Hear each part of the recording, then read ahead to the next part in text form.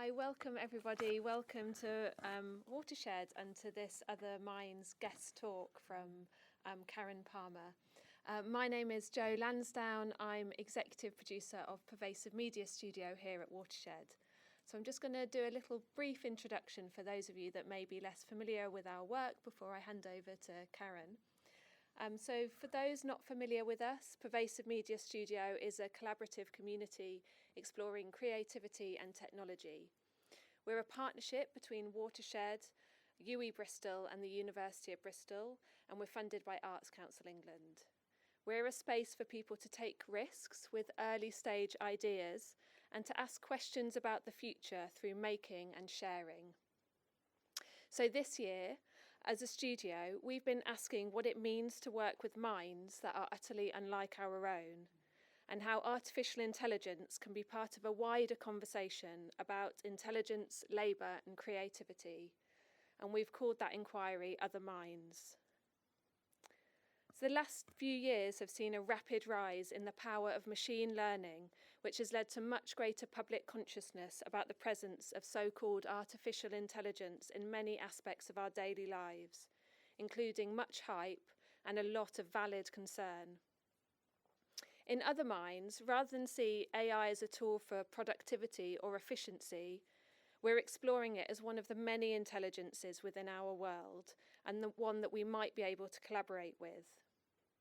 Artists, researchers and businesses are experimenting and working with AI and diverse networks of intelligence, exploring new forms of creative expression, opportunities to engage with the world, and ways to reflect, redefine, and really importantly, critique and interrogate our relationships with technology. So throughout this year, we've hosted lots of talks and conversations. We've also commissioned artists to work in residence with us. We've funded the making of some new work, and we've been working with people early on in their career to experiment, not just with artificial intelligence, but also with artificial ineptitude. And we wanted to share that more widely with our public audience at Watershed.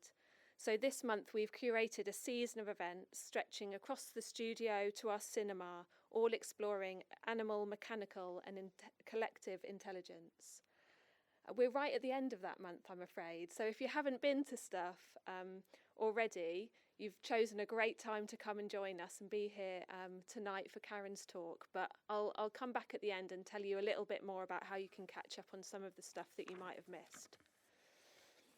So for tonight, I'm really delighted to introduce Karen Palmer. Karen is the storyteller from the future, an award-winning XR creator, futurist and TED speaker who's exploring the implications of artificial intelligence. She does this through enabling people to experience the future through her immersive film experiences, which capture the user using AI and facial recognition technologies. She's been featured in Channel 4, BBC TV News, CBS News and Wired magazines. In 2023, Karen won the XR Experience competition at South by Southwest with Consensus Gentium. Maybe some of you saw it in Bristol earlier this year, and I'm sure we'll hear more about it tonight. She has received 2 honorary mentions from Ars Electronica and the Digital Dozen Award, and her work has been exhibited internationally from the V&A to the Museum of Modern Art in Peru to the Phi Centre Canada. So please join me in welcoming Karen.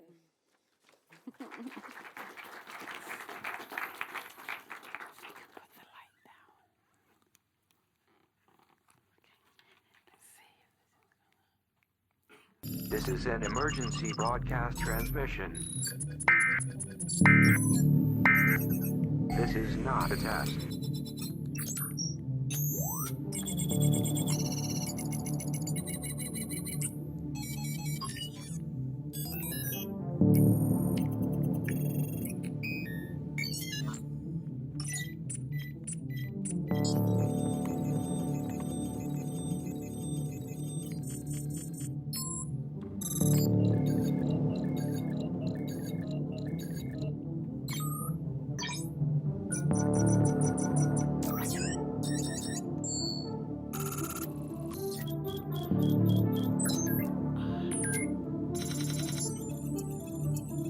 I don't know how I'm going to break this to you. So I'm just waiting for the sound guy to drop the sound a little bit and put the visual up so we can see. Great. I don't know how I'm going to break this to you, so I'm just going to give it to you straight. I'm going to tell you a story, and I know it's going to sound far-fetched, but I'm urging you to be open-minded. You see, your very future depends upon it. You see, I've been sent back to deliver a very important message from the future by some of the very people in this room's future selves. If you feel that you could be one of these pioneers from the future, I would like you to pay extreme, careful attention to what I'm about to tell you. If, however, you are confident you are not, you can feel free to check your socials. I forgot to introduce myself. So my name is Karen Palmer, and I'm the storyteller from the future, and I've come back to enable you to survive what is to come through the power of storytelling. And I did not come back alone. I kind of get the sense not everybody in this room is taking my word for the fact that I'm from the future. So I'm going to do something extremely dangerous, and I'm going to break protocol 7602X1BZ1. And I'm going to tell you something from the future I could not possibly know unless I've come from there. What to tell you. In the time when we come and reside, when it comes to things like your driverless cars, the main consideration in this time is safety. However, in the time where I come from, the only consideration is security. So you see, if you were to call for a driverless Uber and the vehicle comes and you step into it and the AI scans you biometrically, if it determines you have any outstanding violations against you, you will lose control of that vehicle on the app, and that vehicle will be turned into what is known as a temporary police transportation vehicle. And you won't be taken to a designated destination. Oh, no, no, no. You'll be taken to your local police station for processing. So now, hopefully that you believe that I'm from the future, I'm going to tell you a little bit about my work. And in that, I'll be, at the end, deliver the message to the people. I think I can see some of you. 3, 4, 5, 6, 7, 6. So I mistaken someone. 6 people who brought me back from the future to deliver this message here today. What I'm going to do is I'm going to start by telling you a little bit about my work that uses data, artificial intelligence, and facial recognition technologies. My first project, Riot, was inspired by the Ferguson riots, where I wanted to put people in the middle of a riot environment. And the way they would come into contact with different characters. I was really very disturbed by the representation of Black people in America in the Ferguson riots, where many times they were being portrayed as looters or something else. And often they were just there to make a stand.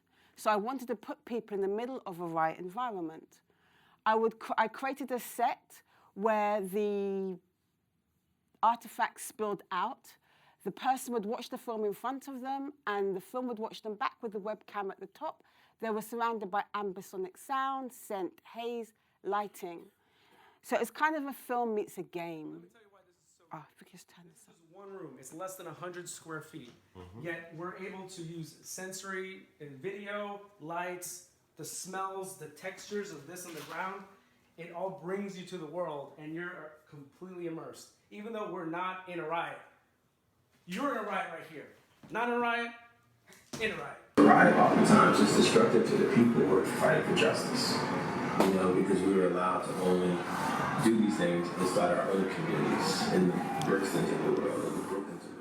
Your hand started going in and out like this, then your chest puffed up, then the back of your neck just false flickered. in machine mode. Like I will do anything to achieve my mission and protect my people. So it was both very powerful and vulnerable at the same Why don't I time. see what's right, and then I can always come back for But it the was a second. form of I just release. want to make I sure. had me as the watching being a witness to what was I happening. mean, either way. Riot was a combination of film and theatre. So I would have an actor who would guide you through the beginning of the installation experience. I work closely with many institutes. With this project was Brunel University London, and basically this person was testing that the film watching them back would be monitoring their facial detection and that it would be accurate. We created this in 2017. I had many objectives then, but my main objective was that I see that media really projects messages onto people, propaganda, or just selling them a product. And I wanted to use media in a way which is more about self-empowerment. So I wanted it to be where you aren't a receiver of a message, but you are almost a projector. So as you watch the film and the film watches you back, it branches in real time depending on your response. With Riot, it branched depending if you were calm, angry, or fearful. And it was making you aware of your subconscious behavior. Also, what Riot was about was making people aware of their fear in a way that they could then have more of a sense of self-mastery. And I was influenced by my passion for parkour as a free runner. Then I was a bit more active free runner. I just move around a little hobbling around now. But this was the parkour that really influenced me.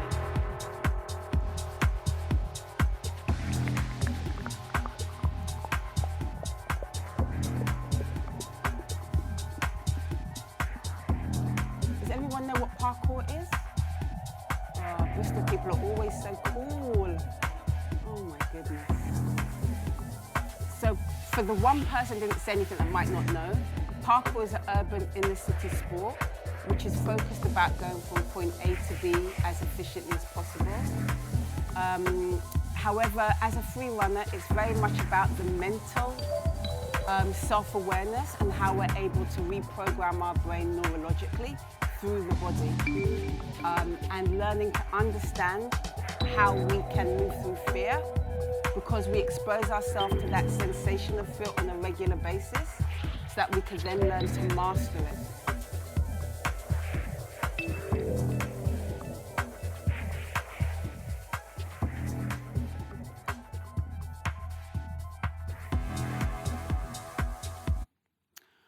So with Riot, I started to create this really unique form of storytelling, which was a combination of mindfulness, neuroscience, parkour philosophy, behavioral psychology, and epigenetics.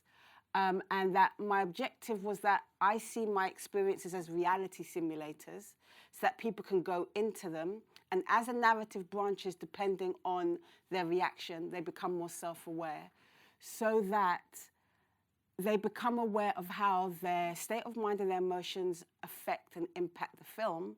So they become aware of how their emotions and state of mind can also impact the story of their life as well at the same time.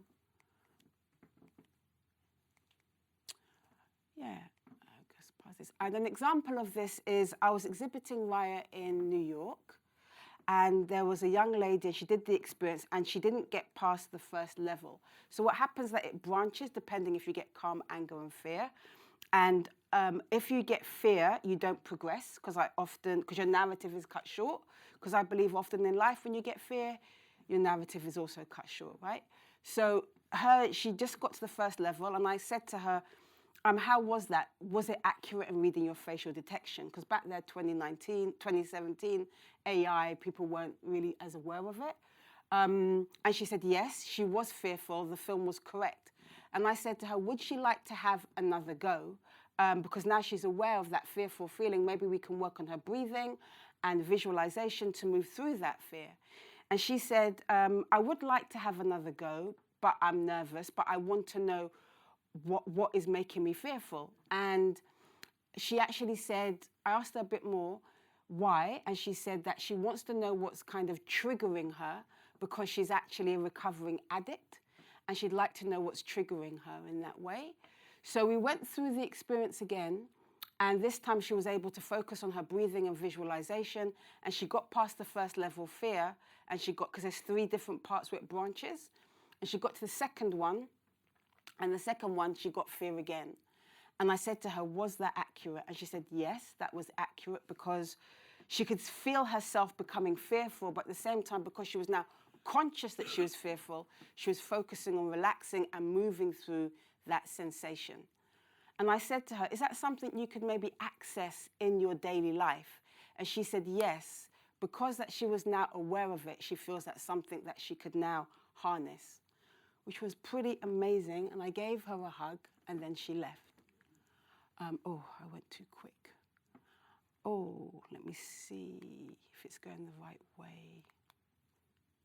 Right.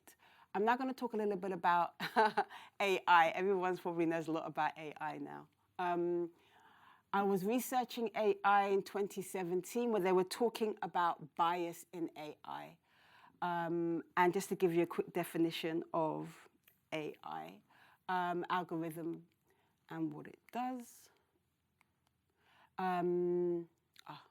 So if I just go back. So when you're talking about these terms about algorithm and bias, it's very hard for people to actually imagine what that looks like. So I'm going to show you an example now of what bias can actually look like when it's automated into a system. All right, so watch this.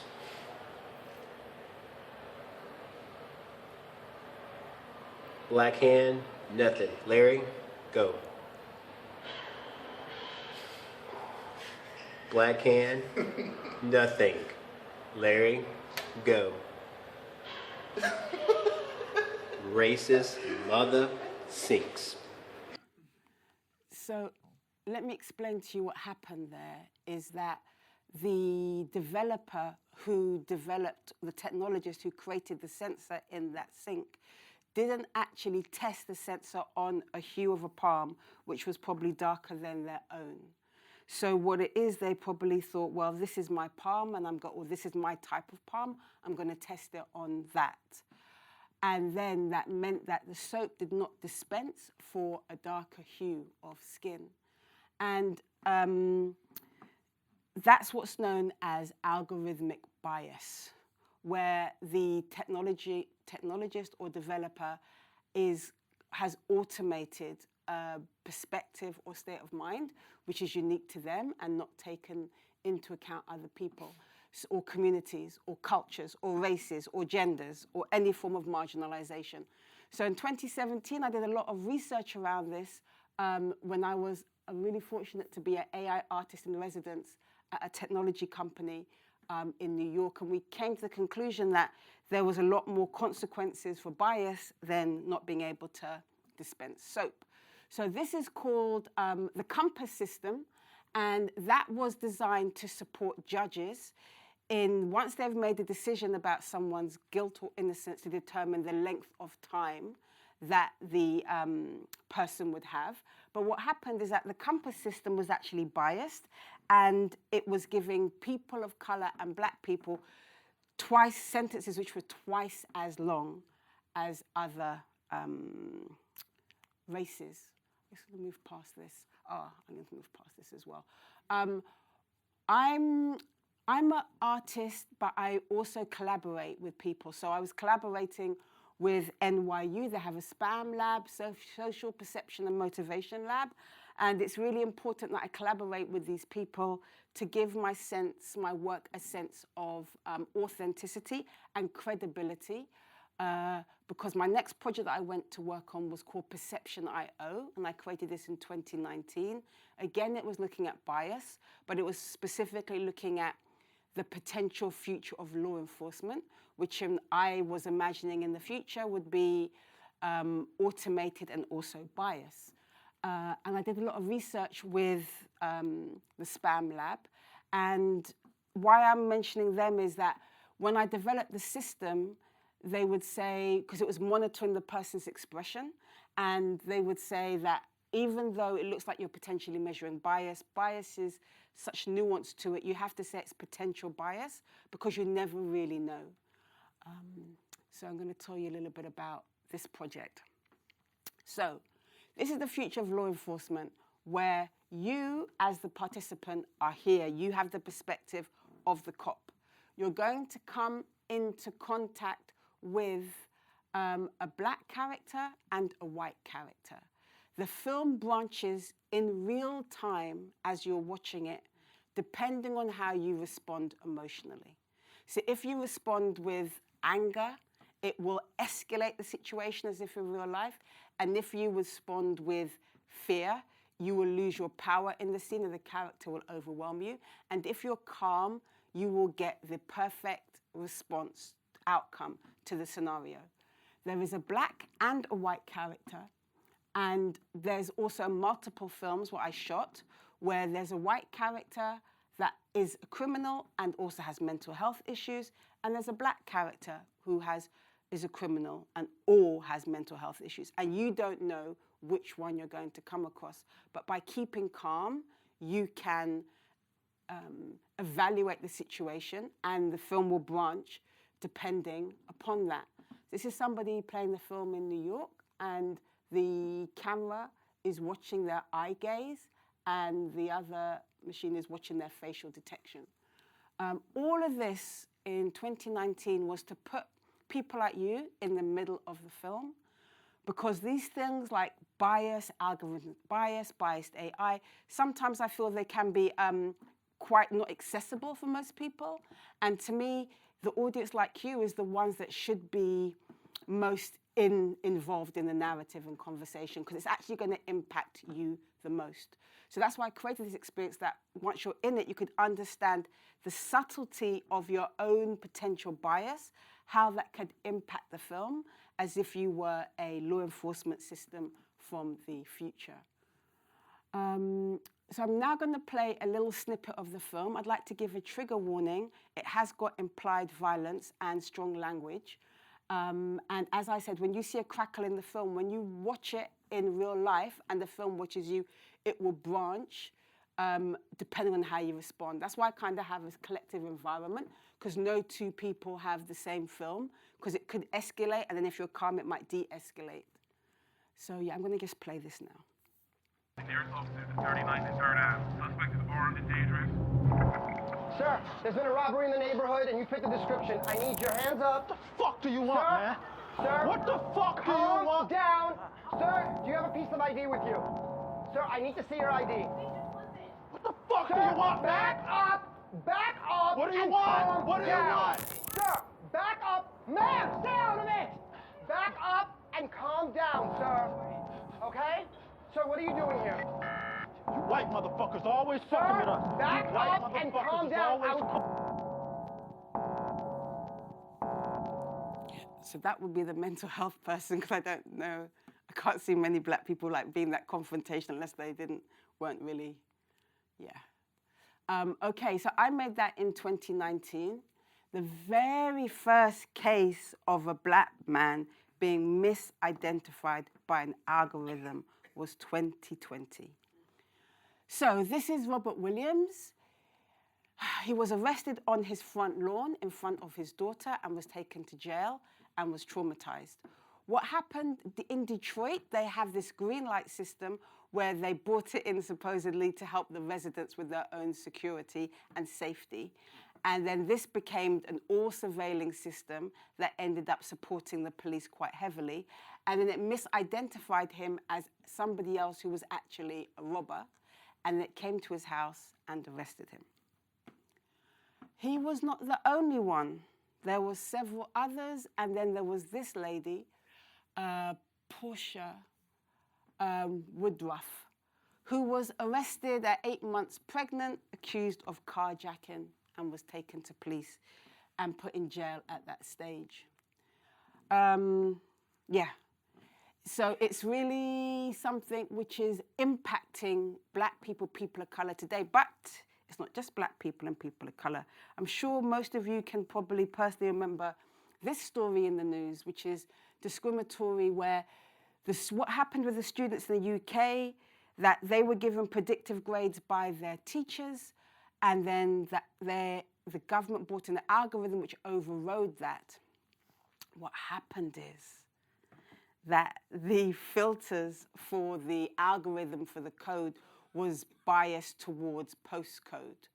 So if you went to school in a certain area which was quite affluent, your grades were suggested up. And if you went somewhere more in the urban inner city area, your grades were suggested down. So what happened is there was unprecedented A-star grades for affluent areas. And it was only because the young students protested did they get that turned around. I'm going to show a little clip, a little strong language. So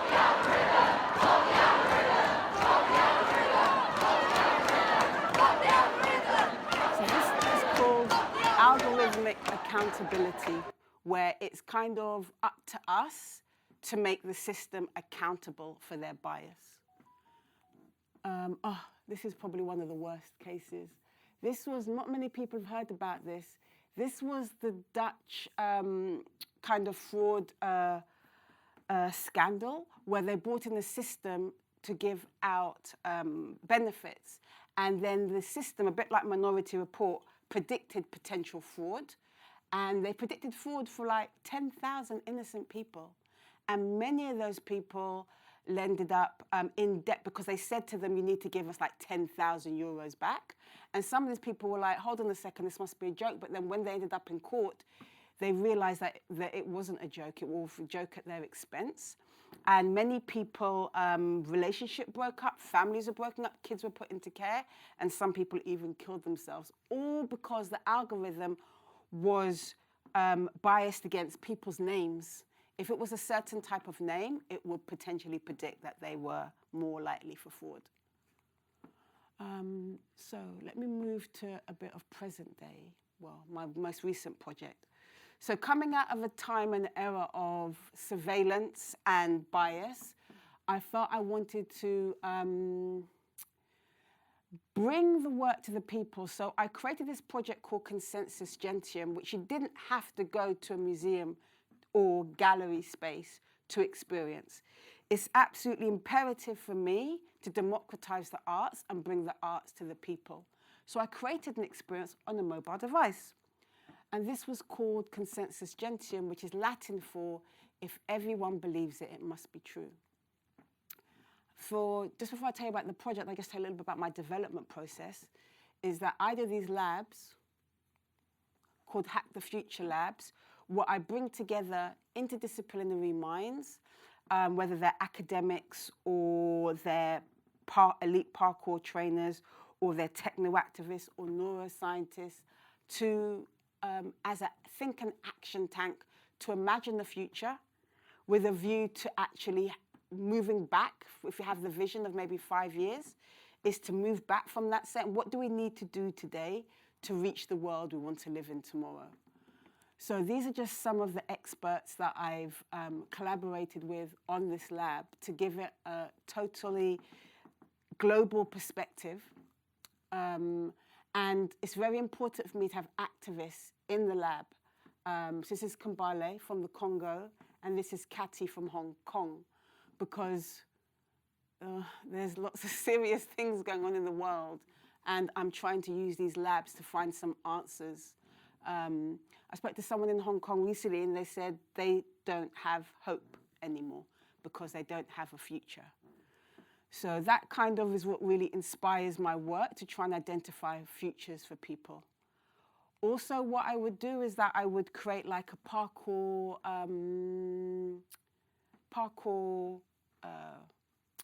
workshop, and then I'd work with those people to actually move through fear in the workshop, and then I would come back into the lab and deconstruct that process of moving through fear, and then I would put that in to my XR user experience. I don't know if I have. Yeah, I'll play this really quick. Also with my work as well, I have this, as an artist, there's something called pattern recognition, and that's kind of me putting all the different pieces of the psychology together for all the experts. And this is a philosopher from Canada who talks about this pattern recognition. When you give people too much information, they instantly resort to pattern recognition, in other words, to structuring the experience. And I think this is part of the artist's world. The artist, when he encounters the present, the contemporary artist, is always seeking new patterns, new pattern recognition, which is his task, for heaven's sake. His great need, the absolute indispensability of the artist is that he alone, in the encounter with the present, can give the pattern recognition. He alone has the sensory awareness necessary to tell us what our world is made of. He's more important than the scientist. The scientists are going to wake up to this shortly and will be resorting en masse to the artist's studio in order to discover the forms of the materials they're dealing with. Yes, the artists. So this brings me back to Consensus Gentium, the film that you watch on a mobile device and watches you back using the front-facing camera. I'll just show you a trailer. Please remain where you are. Authorities are on their way to discuss this matter. Smart equals surveillance. Put a camera on! Stop! Gay screen top. You have been declared an enemy of the state. I have no privacy. This is fucked up. What should I do? So Consensus Gentium projects you to a near future world of surveillance where the government is monitoring you through your mobile device consciously and subconsciously. And if you are a dissident citizen, you will lose your digital rights and eventually your human rights. And if you are compliant, well, you're compliant and you become in the system. So the film is monitoring you and there's lots of different branching. And the thing is, to be honest, you're kind of screwed whatever happens in the film. Because you could end up like, yeah, for the people, but you have no digital rights, or you could end up in the digital world, but you kind of lost your agency. So there's no judgment. Life is hard, right? So what I'm doing with my experience is just showing you the potential consequences of how you may be living your life as we kind of sleepwalk into this potential AI surveillance world. Let me see, I think I'm going to show you another video. Oh, yeah. You decided on compliant. And yeah, this is more about, as well about making you self-aware of your decisions that you are making in your life. And here's another little video.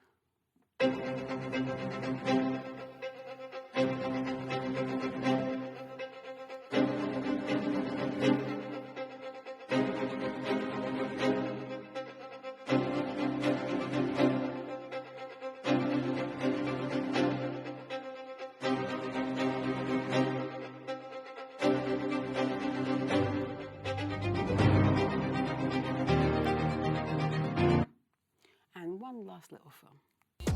Wow, man down. You ain't really bad, pipe down. It was a unique and totally different experience from anything I've ever seen here. It was just fantastic. It has real impact. It's personal, it's interesting, it's pushing storytelling forward. You liar, and you still struggle with the O, the tire. Acting like you're always on smoke, the fire. And you can't defend your block, Maguire. Out air shotting on the roads, but I spend your stack on shopping. Made a meal, but I still cut him. Boom. They say Wizzy ain't on nothing. So why they see me and they running? Cool. So that was it being exhibited at South by, and these are all these amazing things that's happened since.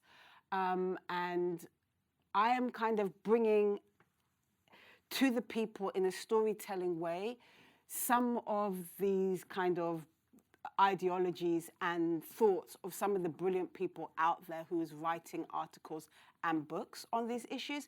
But what I'm trying to do, my objective is that you can actually experience it for yourself, which is very different to just reading about it.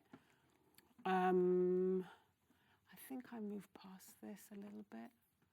Yeah, I think I moved. So I'm just going to end here briefly on Consensus Gentium Part 2, which will be a convergence of past and futures, looking at decolonization, futurism, and self-actualization, which is basically meaning that since 2016, I've been looking at AI to last year, 2023, and bias in AI, and I'm kind of fed up of just bringing that out now. I actually want to just not talk about the problem, but actually envisage solutions and as a roadmap so that we can start to work towards that as a community and a collective, which is what Consensus Gentium is. It is the solutions. So I am going to be looking at decolonizing AI, and as I said, world building, using storytelling to actually impact this world. And then the third one is around decentralization of technology and AI, because at the moment, majority of AI is coming from like big tech filtering down to us, and they're giving things to us which they believe we want or need or they would like us to have for a capitalist reason or surveillance. And I'm like, hold on a second, if we were to actually think about what we would like, it probably could be something different. And go back. So I did a panel at South by this year looking at breaking the chains of colonial algorithms, and I got together some of these brilliant people who I thought had this amazing ideas, like, oh, we're going to create these new systems, and there's people already doing it, like Jason Edward Lewis. He has an organization, Indigenous AI. I mean, who would have thought? I've never even heard of this, and I'm really into this stuff. And he's actually creating these systems already. There's people out there actually doing it. And also I've got a big drive now around community engagement and hearing. I mean, I love being on stages like this, but it's actually more important to hear what you think and what your thoughts are and what ideas you may have and how you feel about it. And also with my Hack the Future Labs, I bring in this sense of futurism as a form of storytelling. And I've been working with ours Electronica, and they've been looking at art thinking, which is a different approach to design thinking. There's so many different ways out there that we can use creativity and storytelling to impact our life. Let's go here. Yes, so this is where I'm at now with digital, looking at decolonization. Move past that. So, and I'll be in Kenya soon doing the decolonizing. So I kind of just wanted to sum up this talk by saying that the stories of my childhood have created the world in which we live in now. And the stories that we tell ourselves and each other will build the world that we're going to live in tomorrow. And what the people, six of you who brought me back, came back with me from the future, wanted to make sure that I reminded you is that the future is not something that happens to us, but that it's something which we create together. So thank you.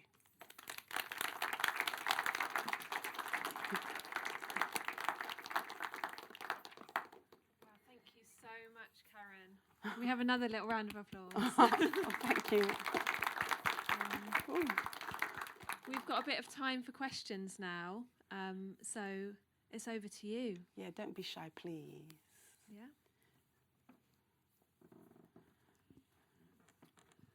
Hello. It seems like part of the solution might be to decentralize AI, although AI at the moment where it sits, it feels like it's kind of in the hands of a few companies that are keeping what they have very much under wraps. And then do you see a way to sort of decentralize AI or kind of make it more publicly available? Because it is quite a difficult process to sort of understand. Good question. So I agree. I think decentralization is one way. I think there's so many ways. So I was fortunate enough to be in Taiwan early in the year. And I don't know if you're aware of the climate over there, because I wasn't before I went. But it's a very kind of activist community. And they have a big push around decentralization. And even they have an organization called Government Zero. And that's like their activists. And that organization is decentralized. So when I tried to work with them, they're like, well, we're not really sure who you should talk to because nobody's the head. So I'm actually collaborating with them because that's something that I don't know anything about, but I believe is definitely one of the ways forward. And they and I are collaborating together to figure out what that would look like.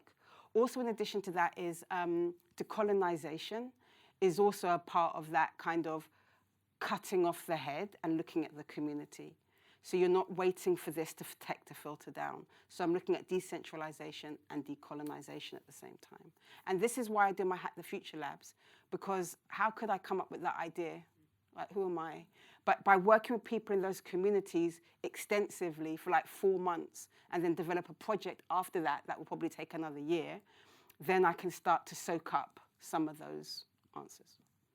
Yeah. Do you think the sort of large companies are willing to work with us in that like, respect? What does the audience think? Yeah, okay, right. Here, take the money and the control and the power. Yeah, take it, take it. Hi, thank you so much for your inspiring talk. I just wanted to ask a little bit more about the responsive methodology with your filmmaking. I was really interested in how you actually track fear in a sense, because perhaps one person's fear might be another person's excitement and so forth, or stimulation, or all of that sort of stuff. So could you talk a little bit more about that? Yeah, that's a really good question again. So when I first did this, let's see, I'm going to answer the question in reverse. When I did this with ThoughtWorks, we spent a lot of time actually labeling data sets. And we brought data sets in from other people and we created our own. And we saw some data sets that were labeling Serena Williams as angry, but she was actually really excited because she was at Wimbledon. And that was her way of showing joy, the passion. So we were aware of the nuance and the sensitivity and that it could be cultural specific, right? And gender specific and other things. But at the same time, when I was working with Brunel University, he said to me, Dr. Hong Ying Meng, oh no, it's scientific. Because when you're happy, that's a different part of your face, like your smile, your mouth moves a lot. And if you're angry, it's a frown. And I was like, what about glasses? What about beard? What about culture? And he's like, a lot of it is mathematical because when they start, we kind of register like a baseline. And then afterwards, we can see a deviation. So for that reason, it works. Even though I was like, are you sure this is going to work? It actually worked. And I was like, wow, this does work, you know? But yeah, I had the same kind of queries as you, like how could you read all these different cultures and races and personalities? But there is this general deviation because we're measuring so many points in the face of a mouth and a frown and certain things. So I would say when we did the experience, it's like 85% accurate. Occasionally people might go, it's not quite right. And one other question on the answer on that is, I had someone I know really well do the experience, and he got calm all the way through. And I said, yeah, you're calm, man, you're calm. And he goes, yeah, everybody thinks I'm calm, but inside I'm raging. And I was like, oh, wow. But what happens is it's reading you as you're being perceived to the world. So he was like, wow, I do really come over as calm. I thought I wasn't, so yeah.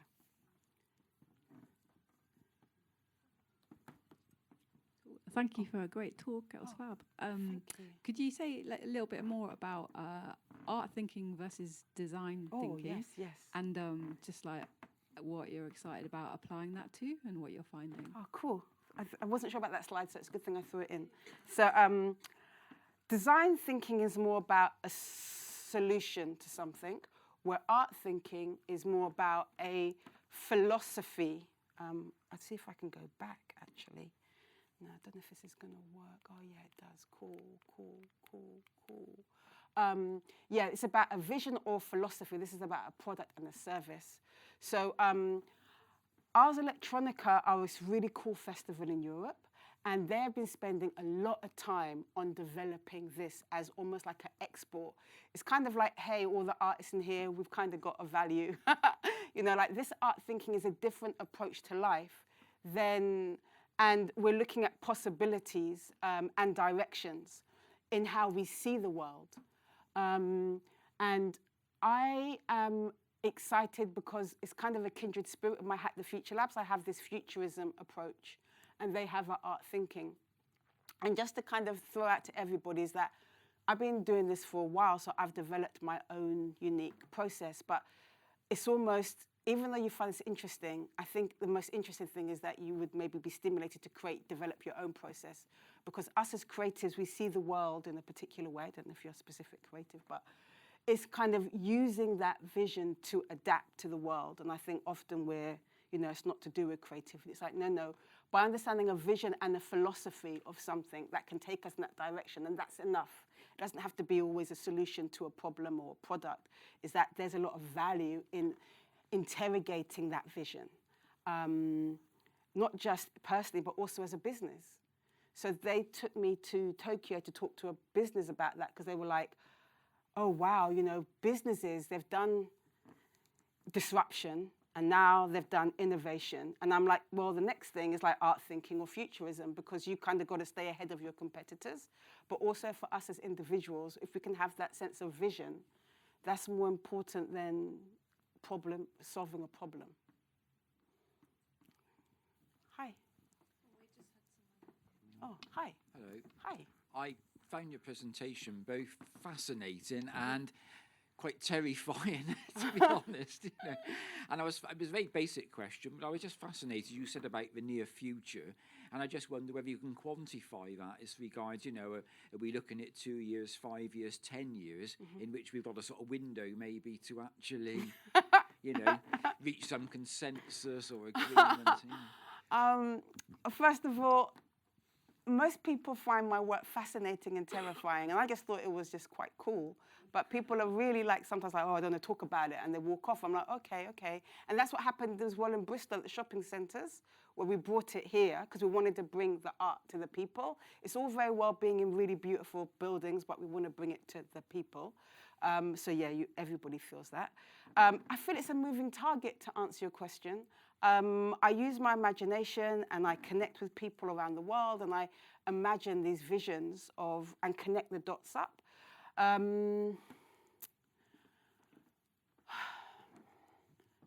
You've got all the Gen AI stuff happening at the moment, which is one side of things. But then you have the societal implications of AI, which is a whole nother thing, where lots of things are being just very quietly automated under the banner of efficiency and speed.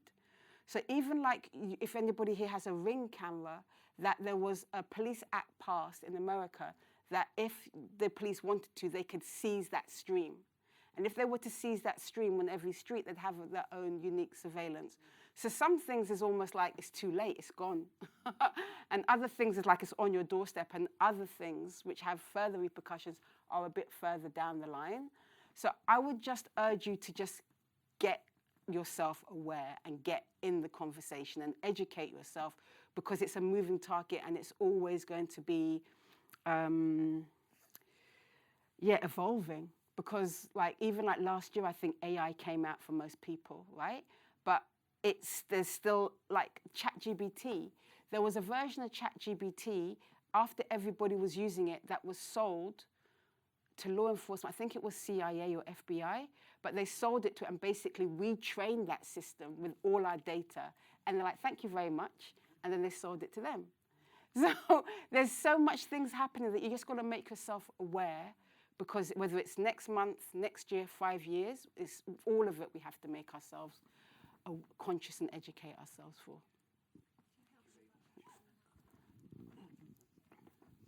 Hi, fantastic, really enjoyed it so far. Just to pick up on the thread about sentencing bias that you had there with the twice as long sentences for people of colour. Compass system. Yeah, that's been long established within and understood that those biases exist. The same as biases exist also for time of day of sentencing, people involved from the care system, women getting longer sentences.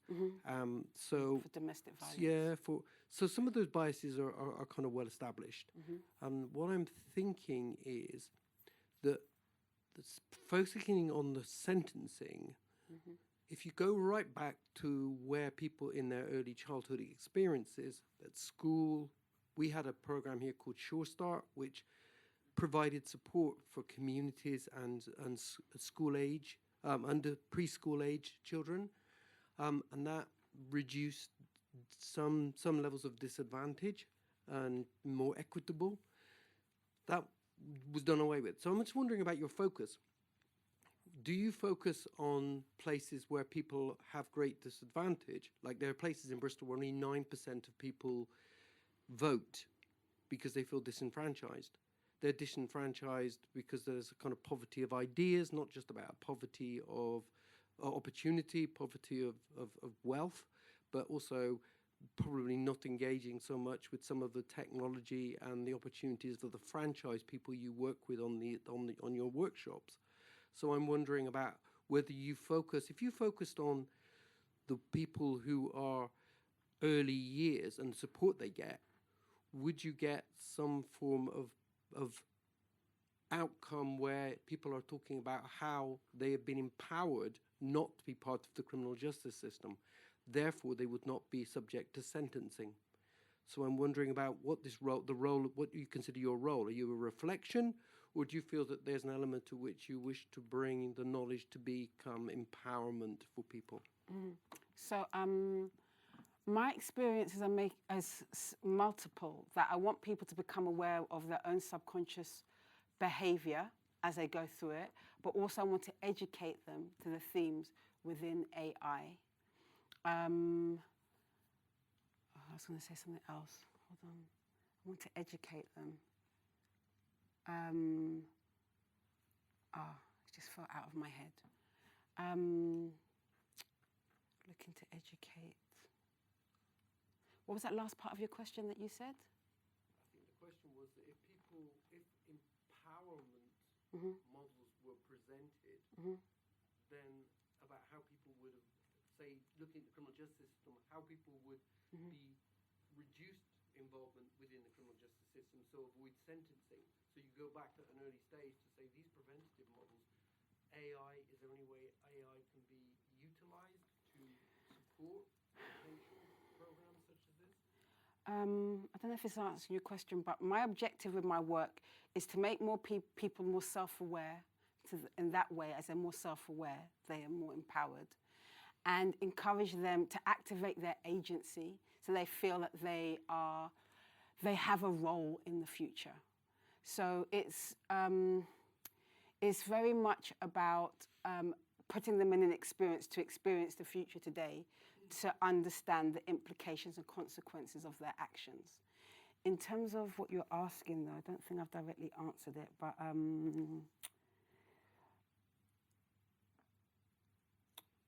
the bias is in the world. The bias is in the AI because the AI reflects the world, right?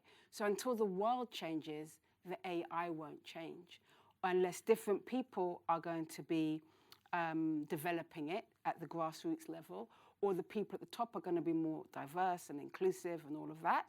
So my work is about showing you the consequences if we continue down this path, and also for you to understand your role within that world. It's not a passive film. It's like, that was really cool. It's like, you have a responsibility here too, and that will be different for everybody that decides to take up arms, or just go read an article, or just make themselves more aware, or tell somebody. So it's a variety of things, is all I can say.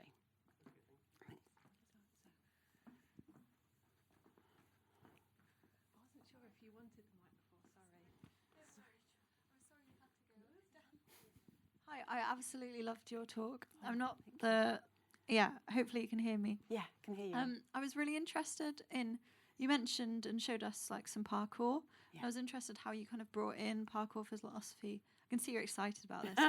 Like into your work, and also like interesting, like you use the example of that woman who, she was fearful, and then she kind of tried it again as a calm. It's like, you know, the potential for like biofeedback, and it's like people can like use simulations to almost learn and kind of change their behavior to certain experiences that they might not have experienced in real life, but it's sort of like preparing them.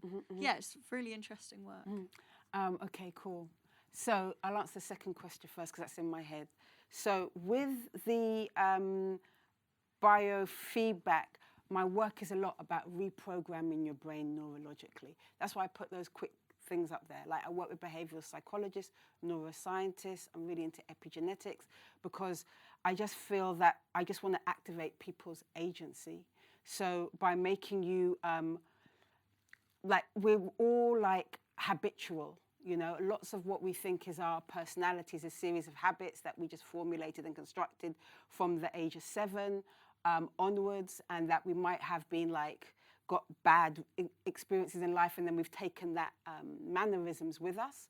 So my work is about making you conscious. So there's kind of like a reboot with my work, that is kind of, now you're aware, then you can do something about it. You may think that you have no, because it all starts with yourself. There's no point trying to change the world and you can't even not argue with your boyfriend or girlfriend or whatever, right?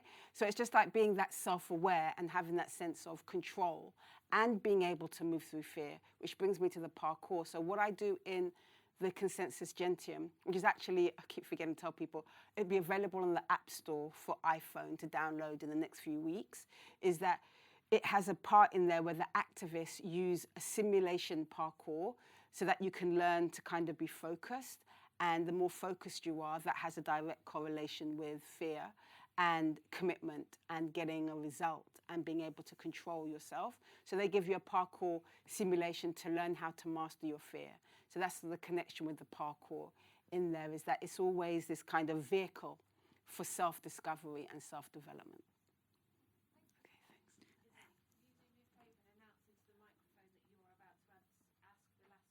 Oh, but there's somebody. Oh no, that someone's down here going to be really disappointed. Is Paul? Okay. I am doing the second last question. Okay, you can announce the second last question. It goes with your top, the green. Thanks very much. It was really interesting. I was just wondering what your thoughts were on, like 8 years ago, big data seemed to be the big thing that everyone was sort of talking about and was really scared about. And definitely over the past year or so, AI has become that sort of focal point of conversations around technology fear. I was wondering whether you worry, as someone who works in foresighting, whether about that conversation kind of moving on to a different technology and this becoming something that's kind of quietly working its evil in the background. And do you think there's any other technologies that sort of complement or go against the impact of AI, of what AI is doing? The thing about AI is that it's everywhere, you know, from your Netflix suggesting films to you to your Ring camera. It's so pervasive in every aspect of our culture and society that I feel quite committed to focusing on this, because I just think it's just going to be like woven into everything. I mean, yeah, I can't see anything else being as pervasive as AI is. And also my main concern is that it's a mirror to society. So, and it's automating existing systems. So it's not that technology is good or bad. It's like technology is like a knife. You know, a surgeon can use it to save someone's life, or someone could use it to kill someone and take someone's life. So I'm not so much concerned about the tech. I'm concerned about who has control over the tech with what agenda. And that we should be part of that conversation and discussion. I had a friend of mine, an activist in some country, and he said, what are we going to help people with, like the Robert Williams case of misidentifying? He goes, so what, are we going to help the police get a more perfect system? Is that what we're going to do then? I'm like, yeah, I think that's what we're fighting for. And he goes, you know, we shouldn't be fighting for a seat at that table. We should smash that table and build our own. Yeah.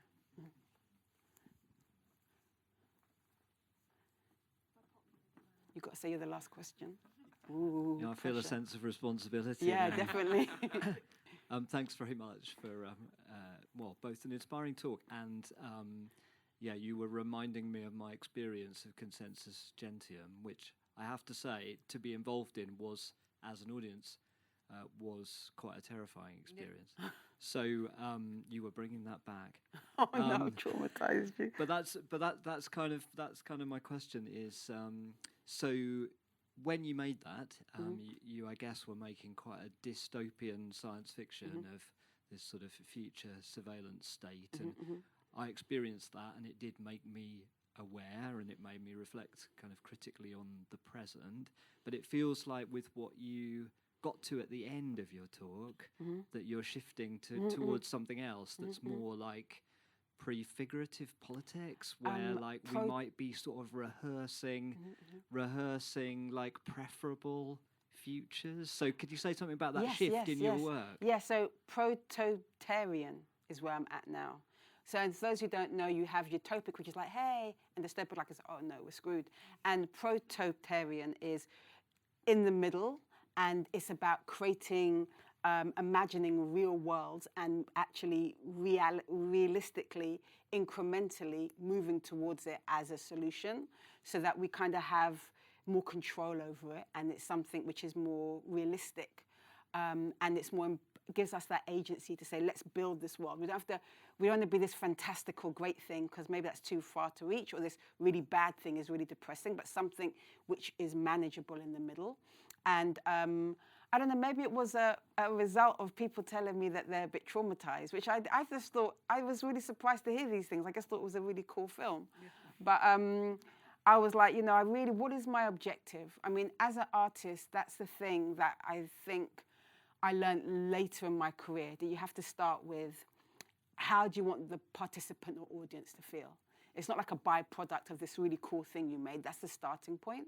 And now I'm like, look, I need to activate agency in the people, And that is going to be the motivation and the direction for creating the work. So I have to kind of bring everybody along for the ride.